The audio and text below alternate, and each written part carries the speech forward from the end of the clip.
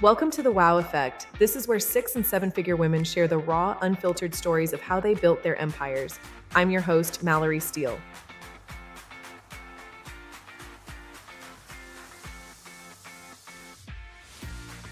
The room is ready. Let's get into it.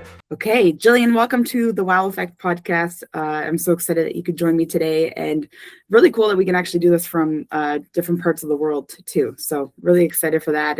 And it's funny because I'm in a sweater today, and you're in a t-shirt, and it looks like the sunshine is really looking really nice on your face. But thank you for joining, and maybe you can kick off and tell us a little bit about how you jumped into entrepreneurship.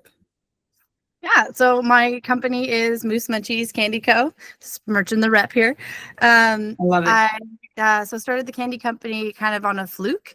I've always had this entrepreneurial spirit where I was very interested in a lot of different ideas and like really interested just in learning and collecting stories. And when this opportunity came up that I basically just couldn't ignore it. We were doing Thanksgiving dinner. Made some fudge for some family, and then we had way too much because I didn't like the way the first one turned out. So I obviously had to keep working it, and it was like, okay, this is too much. So I offered it out to our local community, and literally in 5 minutes, it was gone. I was like, oh. It was that good. yeah, I'll take the compliment, but I was like, there's definitely something here if, we're in a rural area, so a local post on a Facebook group and people are willing to drive out and make that effort kind of really spoke to what was missing. So we kind of went from there, and it's been absolute craziness ever since. We're now in Walmart, Foodland, Sobeys. We're working at going international and expanding across Canada as well. So for a single mom of 2 kids under the age of 5, it's been pretty sweet, literally. Yeah, literally. It's a good play on words. I'm so excited for you, and I love that you're here to share your story. So tell us a little bit about what today looks like. And I know it changes from day to day, but what are maybe some things that you started doing that you weren't doing in the beginning, and some things that maybe you stopped doing? Yeah, so the company has been growing so exponentially that it's been really challenging almost to stay on top of that. So not only has the company been progressing, but myself as an owner, I've had to do a lot of shifting as well. So going from being this cutesy little, stand at the end of the road to an international brand is not a small step. And it takes a lot of adjusting and a lot of growth, both personally and professionally. And a lot of negotiation too for like how your time is being spent and who you're going to bring on your team. So a lot of my time is spent actually in growth focused areas. So like with business coaching and with like reaching out to networks and just really getting a feel for like the environment that we're in and what everybody else's story is so that we can be a better company and continue to grow as effectively as possible. Because I don't want to, I'm an ambitious individual. I don't want to have this, this level that I'm going to stay at and stop. I want to kind of see how impossible I can make possible and go from there. I like that. I don't want to cut you off. Don't lose your, but I love that. How much impossible can you make possible? Yeah, and then it's kind of reminds me of Alice in Wonderland, where it's I can do 7 impossible things before breakfast, and that mentality kind of gets me through everything. It's like shoot the email that you are afraid to send and see what happens, because really the worst thing that they say is no. And in business, as long as you make it make sense, nobody's really going to say no, or they're going to say not right now because it's not a good fit right now.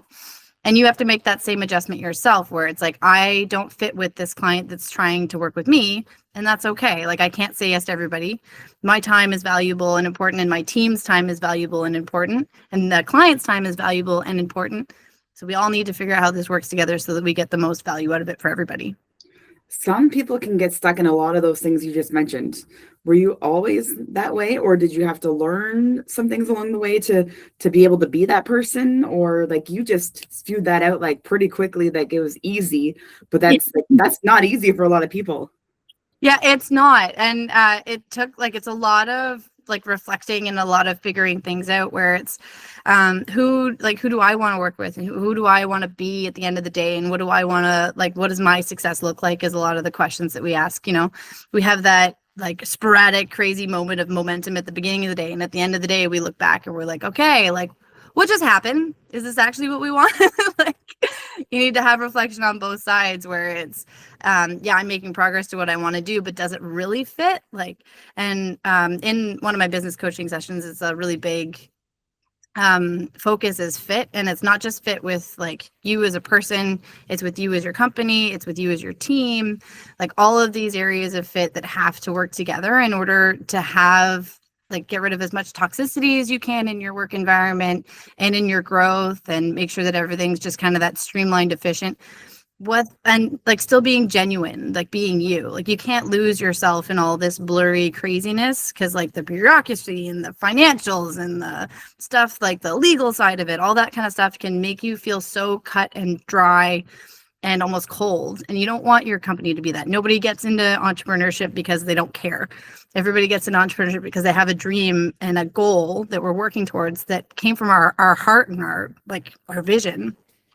So you have to kind of stay true to that. And yeah, there's definitely a lot of back and forth for how you balance the love and the logistics, but it's been like an amazing process. And that fit has just been so important to make sure that I am one person. I'm not one person anymore in my company, which I'm so thankful for. But when you start out this, a lot of us are alone. And you have to remember that at the end of the day, you have a capacity, as much as we hate to admit that. But when we share that and we have good fit with our team and everybody that's involved in our journey, it makes the journey just so much smoother. I've even had team members come to me and have conversations where like I didn't know how to start that conversation with them, where they're like, hey, we need to talk about this because it's not working out. And I'm like, yes, yeah, we sure do. Yeah. And I'm sitting there on the inside like, oh. I was thinking the same thing. Right. And you find that like so many things like mentally and physically have been taken off your plate when you have that good fit, because like the team just works and they feel it. They know where they're going. And unfortunately you do have to, there are bumps. Not everybody's a good fit. And, some people start out as a good fit and they end up pivoting away from you. And that happens. And at the beginning, I took that really personally, where it was, this is my business and I brought you in and I wanted to teach you everything. And I didn't do a good enough job to show you the goals and the vision. And that's why you don't want to do this anymore. And it took me a long time to be like, some people just don't want the same things. Some people are just motivated by different things, and that's okay. And I can't take that to heart, because it's not my responsibility to carry that from somebody who isn't interested. It is my responsibility to carry the people that are interested and to be there for them. So that's where the energy goes. I could listen to you forever. I love the way you articulate all of this. It's so good. Thank you. Gillian, did you ever, it's hard to think of the best advice, but some of the best advice that you were given in business, and maybe some of the worst advice you were given in business. Anything come to mind? If I could, it's not really in business. It's more of like a general mental state. I think that's really helped me. Where like I've had a lot of things go on in my life, and honestly, I feel like there's only really two types of entrepreneurs. Either you get into entrepreneurship because you were stable enough and like happy enough that you could make a big risk, or your reality was scarier than your dreams.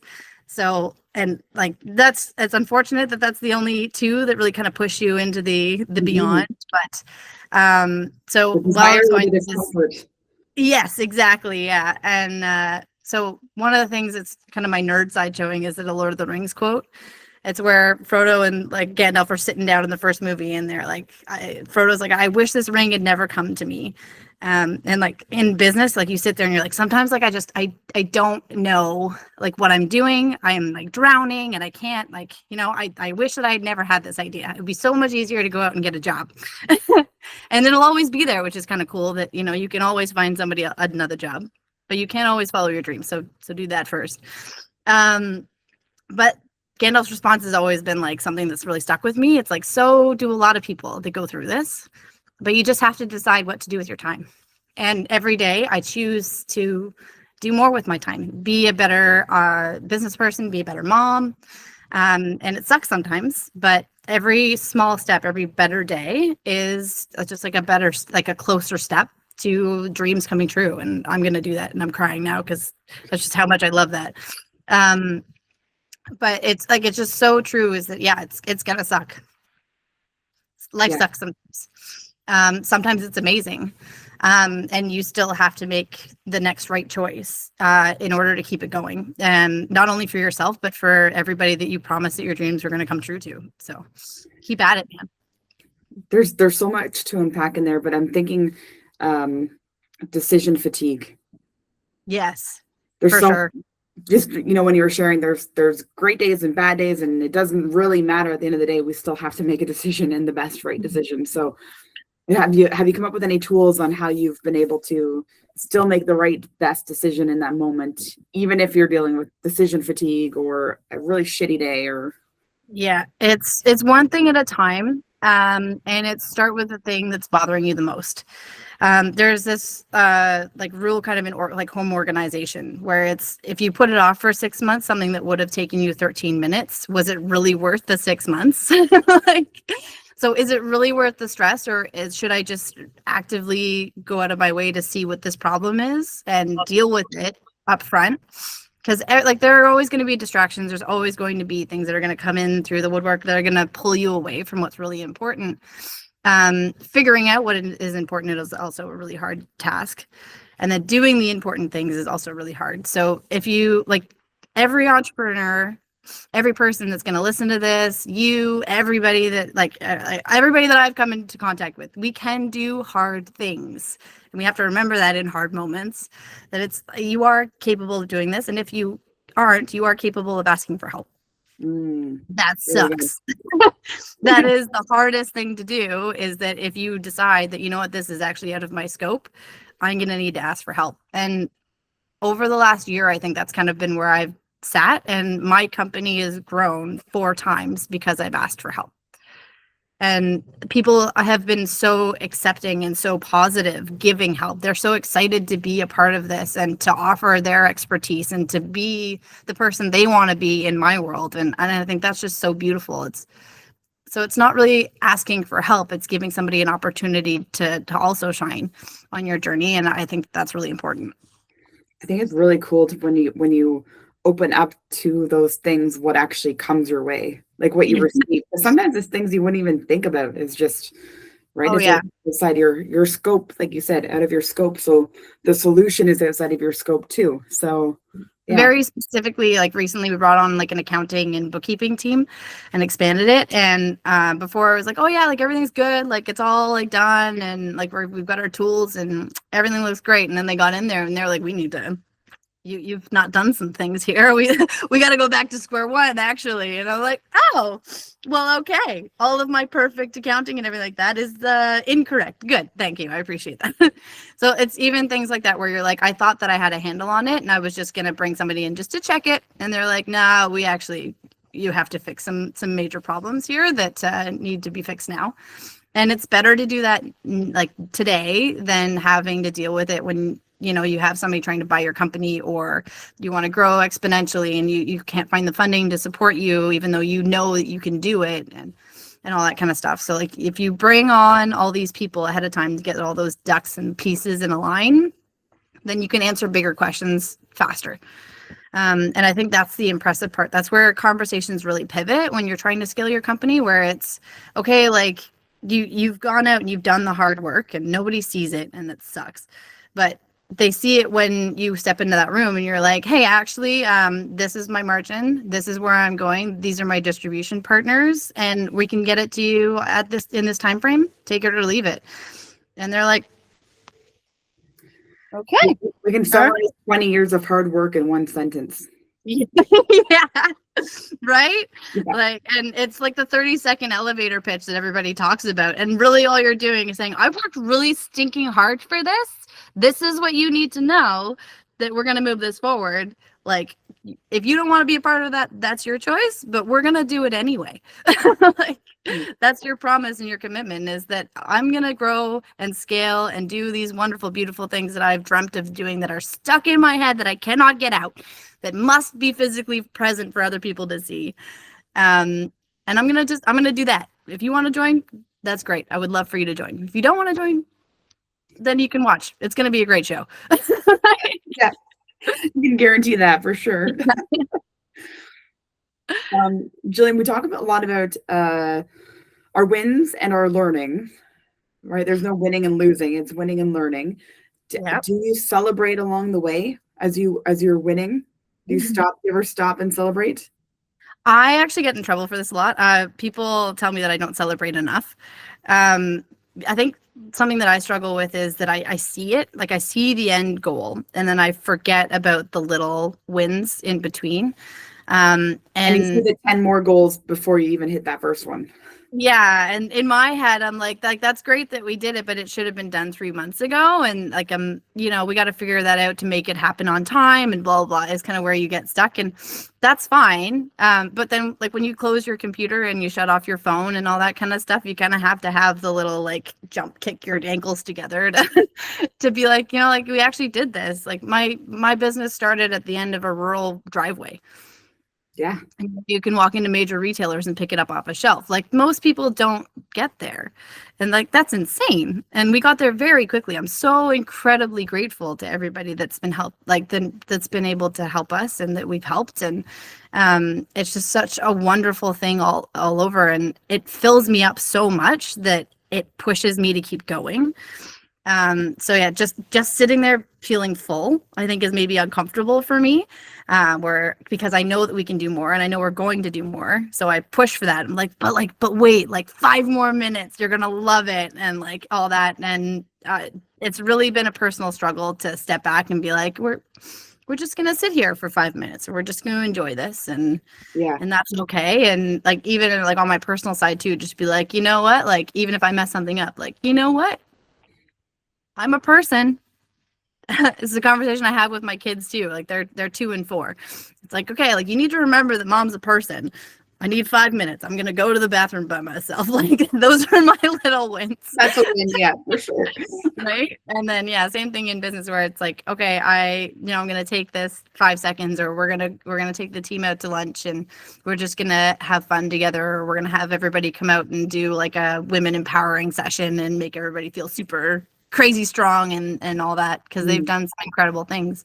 Because I have to remember now too that I'm the representation of what I expect my team to do, and I expect my team to enjoy what they do, so I have to enjoy it too. Because you're reminding me of the time where we had to actually schedule lunches because our team wouldn't take a lunch. They would work all the way through because they didn't want to take a break, and finally we're like, no, but I also wasn't taking lunches, so I had to force myself to take a lunch too so that they would take a lunch. Exactly. It's funny, you don't realize who's watching, right? And like how much your own personal drive and all that has an effect on your culture. So it's like, yeah, no, like you guys go ahead and do this thing, but I'm gonna go and do this. Like that's like you're gonna cause some problems there. You all just have to be in it together, and like, you lose together, you win together, you should play together and work together, where it all kind of works as part of that, fit that we mentioned earlier, where it all has to just fit together. So on the flip side, the learnings, there's any expensive learnings along the way that you feel comfortable to share? It's really funny that the most expensive thing that's happened in our company is time. So we are a CPG company, which means that a lot of our clients work on terms. So they get like 30 days, 60 days, 90 days. Like sometimes you're doing things in the beginning of the year and it's like they're huge orders and you're super stoked and you work really, really hard, and then you don't see any of that until the end of the year.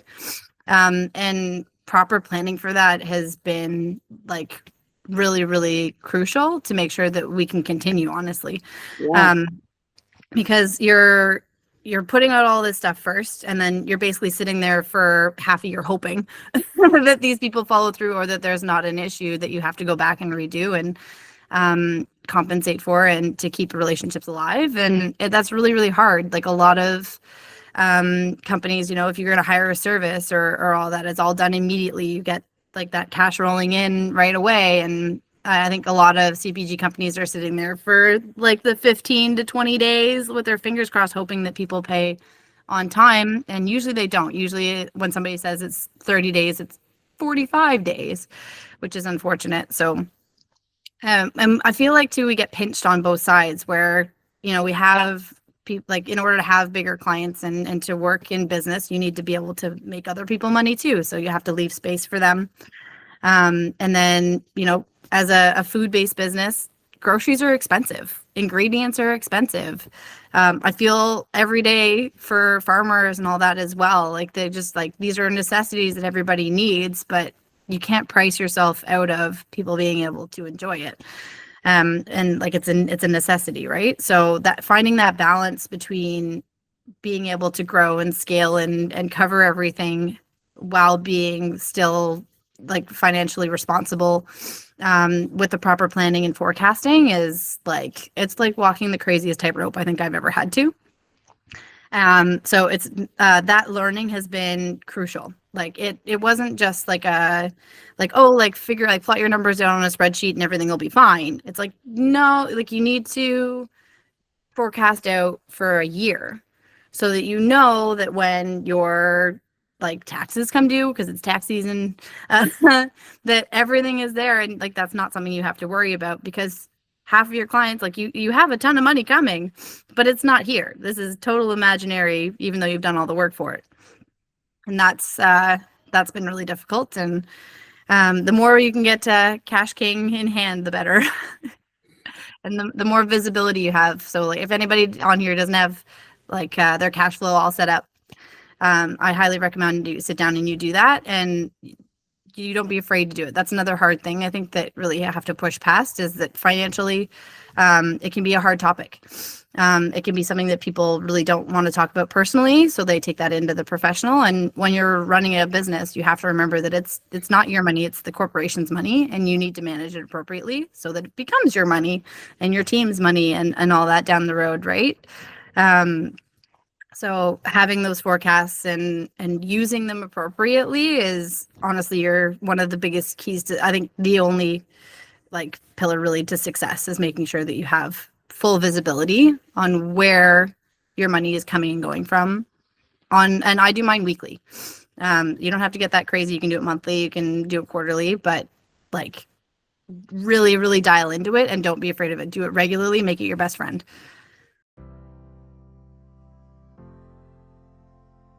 Quick pause for a second. If you're loving conversations like this is exactly the kind of energy we build inside the WOW Collective.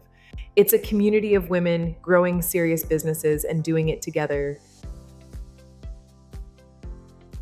Now let's get back to the conversation. I love all of that. I completely agree with you. And I think a lot of people do struggle with even forecasting. So, I mean, it's tough because you're in a position where you have to know your numbers for that length of time. And I've heard, I don't know, you can call them reasons, complaints, excuses, whatever it is, of, I've billed, I've been waiting forever for them to pay their bill. And it's like, oh, well, what is forever? Oh, it's been 2 days. Well, I would love it if it only took 2 days. That'd be great. Right? So when I hear that, I'm like, well, I think it's an adjustment in your expectations.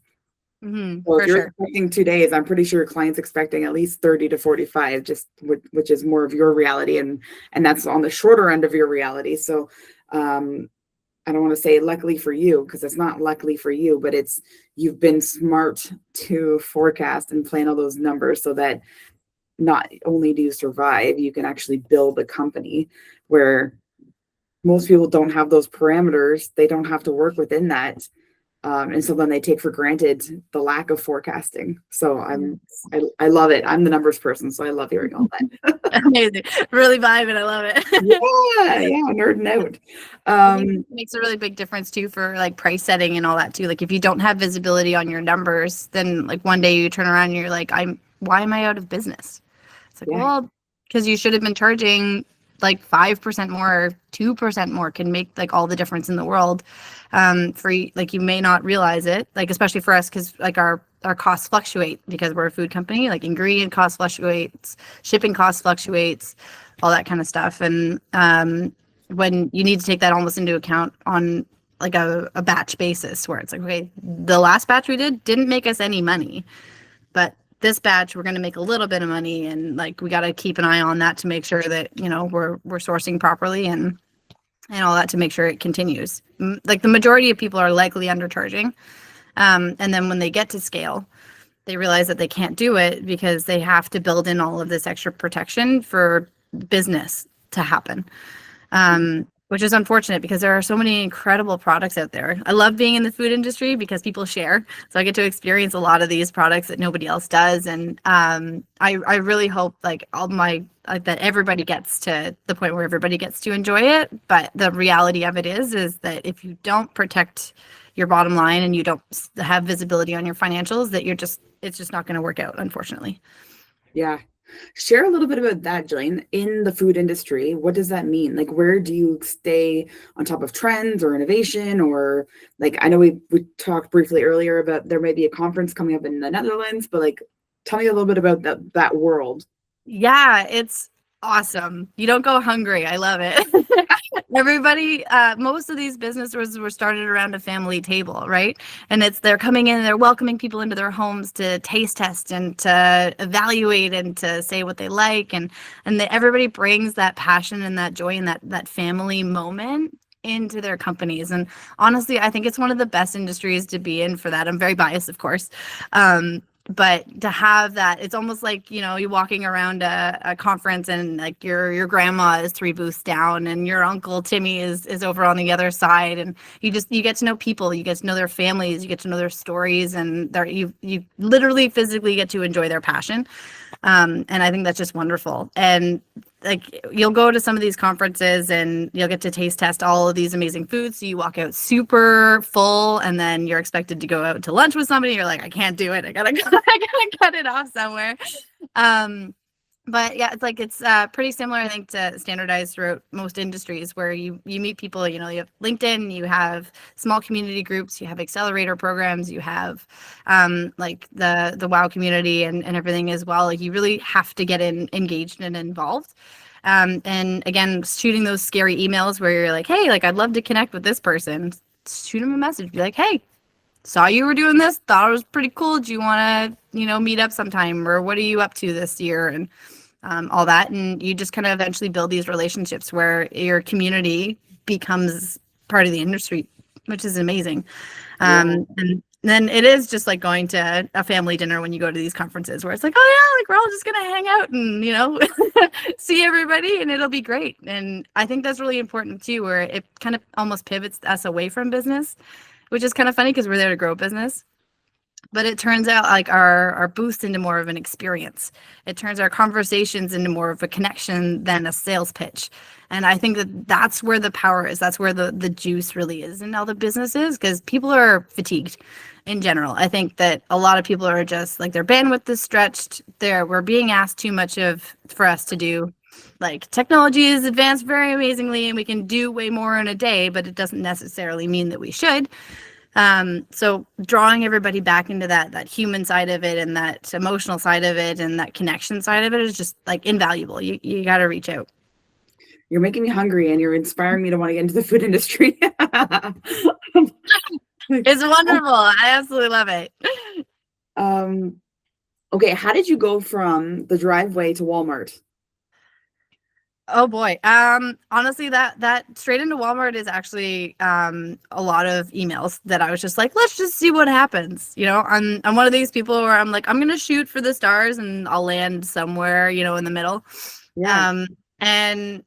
So I send out probably like a few hundred emails a week to people that are just like, hey, like, this is my company and this is what we're doing and we're amazing and you should love us and this is why. And then I get like maybe 1 or 2 emails back, maybe a couple here and there, or like people will check us out on social media because you can see who's creeping you online, which is fabulous. So you don't realize the impact that doing that has. And eventually one day I got the email back saying, hey, Walmart wants to bring you in. Like, okay. Amazing. Sounds good. Amazing. So, and I've done that kind of with a lot of companies where it's like, this would be really cool if this worked out. Let's try. this would be really neat if this happened, then like let's go see if it would be a good fit. And again, it's not always the sales pitch. It's usually like, hey, like I think that we would just be a really great fit, like, you know, the moose logo or something like that fits like super Canadian. The fact that we're gluten-free, nut-free, you know, dietary inclusiveness is really for us, and being a premium product where we eliminate, you know, extra sugars and fillers and all that as much as we can. We fit with a lot of amazing people doing a lot of amazing work. And I think that that's gotten us pretty far, is that it's not just us going out and being like, would you like a bunch of sugar? It's us being, okay, like we want to make things available, and we want to share with everybody. Like going back to that table that you have with everybody in the food industry, is that we want more people to sit at our table. We want to have to build bigger tables. We don't want to have to build walls. So I think keeping that in mind and making sure that, you know, we have as many good fits around the table as possible. Is nobody's going to sit down if you don't invite them, really. You know, you're not going to walk into somebody's home and the first thing usually is somebody says, hey, you want to sit? You know, like if we're going to do it at that level, we have to bring it up to every level that we go at. And that's such a good analogy if other business owners can bring that into their business, their mentality. Like I often say, like, you know, get a taste. How can somebody else get a taste of your business, even if it's not in the food industry? So, yeah, we cheat a little bit there because people can literally try it. Yeah, exactly. Yeah. On that kind of mind frame too, is that we don't really believe in like discounting our products and stuff like that as well. And I think that that's something that a lot of people do, or a lot of people are encouraged to do. And quite frankly, I think that that's wrong. You don't put any less effort into your day-to-day just because somebody asks you for like less value. So give them more value. Be like, hey, you know what? I'm not gonna do that because I know what I have is valuable, but I can do this for you. That would, you know, it doesn't really take a whole lot of extra effort to add this item on for you. And it will help you. You will get more value out of it. Like that's a way better way for you to come across than to say, oh yeah, you know, I actually don't really believe in this product, so sure, you can have it at a discounted rate. I hate that. Your things are priced for the reason that they are. Like, unless you're like trying to scam people, which I don't think anybody is. And scammers are annoying. They call you 5 times a day at dinner time and all this. And the people that are genuinely out there supporting a valuable product that helps people are sitting there like, oh, well, you know, if you'd like it, that'd be great. No, you got to be that annoying salesperson kind of person without the sale. You're like, I have something that's valuable. I've created something that's important. I think it would help you. And nobody wants to walk away and be like, I would like to do something that wouldn't help me today. Like, I want to do something that maybe actually would cause a problem. Maybe on occasion we get that way, but usually it's like maybe on vacation, and we'll keep it there. Well, you send out a ton of emails, and a lot of people are afraid of rejection, but you just blasted right through it. Oh yeah. Just send it all out, see what comes back. Just send it. Yeah. Think of like how many people are like, it's kind of the rules, right? Of, I think, rule of 7 is that people have to come into contact with you 7 times before they actually believe you, and before they start to engage with you. And I want people to engage with me. So absolutely, I'm going to be annoying. I'm not going to be annoying 1 time. I'm not going to be annoying 5 times. I'm going to be annoying 7 to 13 times probably before you're like, oh, yeah, you know, I've seen you around the bend. And like, you have to be respectful of people's time, right? Like, I'm not sitting here being like, okay, this is the same blasted fluff that you don't want. It's simple, clean cut, only the meat of what you want to offer somebody. Because I'm not like, oh, like I planted flowers today and they're so pretty. It's like, no, this is why you want to work with us. This is what we're doing that's amazing. This is our next step. If you're not ready right now, fine, we'll check back in with you later. Yeah. And you have to give permission for people to also be busy. It goes both ways. You have to remember that on the other side, hopefully, that you're coming into contact with a person. And they've got a priority. Yeah, exactly. Like, I'm trying to inject myself into their already crazy world. Like, I need to hold that space respectfully. And you have to earn that space and keep earning that space. So being able to be there for your partners and your team members and all that, you have to show up and you have to be consistent and you have to follow through. And those are non-negotiables in my mind. You need to do these things, because if you're going to go out and make these promises to people and you fall through on them, like even sometimes it's not your own fault. You need to make promises that you can keep. You triggered a question for me, and I don't know if I'm going to frame this properly the first time, but your closing, not your closing rate, but your closing time period. Have you found an average closing time period with the companies you're dealing with? Like, is it pretty consistent, or is it all over the place? It depends on the size of the business that we're working with. So if we're talking like mom and pop shops, it's pretty quick turnaround. And either they'll completely ignore your email, or they'll get right back to you. Or maybe on like the second or third email, they'll be like, okay, yeah, like I've been meaning to message you, and like, thanks for most of the time we get thanks for the reminder. Oh, cool. Because people that don't want to work with you won't engage with you. Yeah. People that do want to work with you and get busy are going to be happy that you followed up with them, because now they don't have to go and dig and find and add more to come and seek you out. Yeah. It's like you need to stay top of mind, again, respectfully, but yeah, like giving people that waiting period to digest and maybe get through, like, let's say it's a different business. So like ice cream shops are opening up right now. So everybody right now in an ice cream shop is like, hey, we would love to bring in your products. That would be awesome. But they're also dealing with 40 other vendors that they're trying to get in at the same time. So it needs to be quick and efficient. And then they're going to be set up for the summer or a couple of months. And then you check back in with them. Don't bother them again. Like, you've done your business. And then that consistent follow-up on the end, respectfully, again, is that time frame will depend on who you're working with. Some people, they don't want you to reach out to them at all. They reach out to you after you've made that first connection, and they'll tell you. They'll be like we'll be in touch with you, and like you need to back off until then. That most people are pretty clear. And you can feel it too, like in the wording that people use and all that as well. And if you struggle with that, you can run it through an AI system that'll tell you tone. Yeah. You have to definitely leverage a lot of stuff. As human as we are, we do have these secret tools up our sleeve, and some people like them, some people don't, but they're all there to make it work for you. Totally. Okay, so Gillian, if you were to go back to your younger entrepreneurial self, what advice would you give to yourself? Everybody's going to tell you no until they start telling you yes. I like that. For a long time, and it's actually kind of freaking me out a little bit now, everybody would say like my goals and my visions are too ambitious, and maybe you should do something else, and all that kind of stuff. And suddenly I'm in a position now where people are saying, well, you did what you said you were going to do. I'm like, yeah, I told you I was going to do it. Like, to me, it's a no-brainer, but to them, they're like, you actually did that. I'm like, yeah. So people aren't going to believe you. They're going to be skeptical until you show them that you mean what you're saying.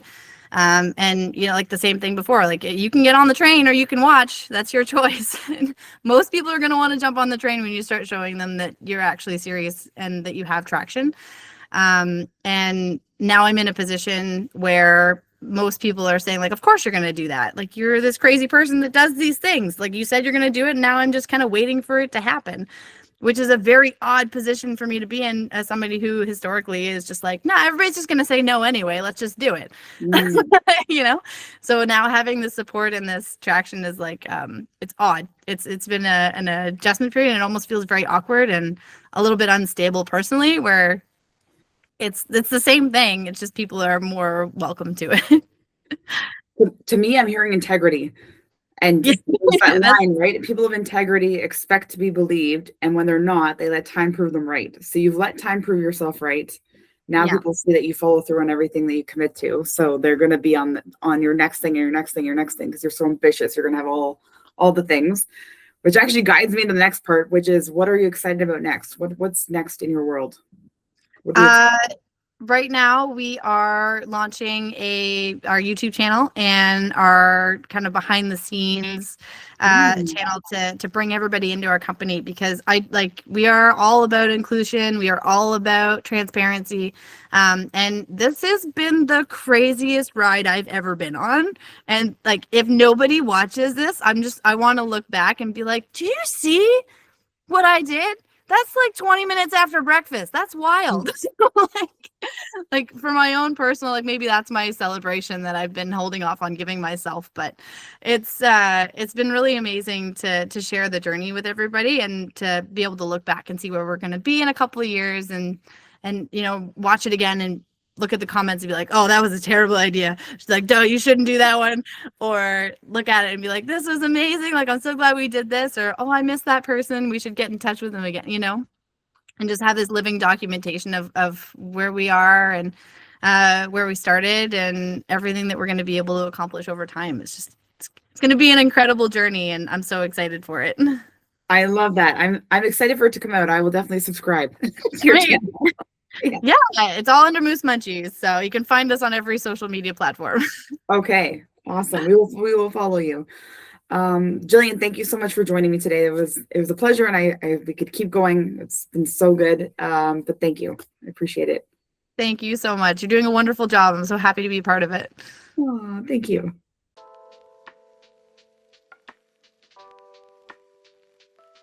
If this conversation sparked something for you, make sure you subscribe so you don't miss the next one. This is The Wow Effect. See you next time.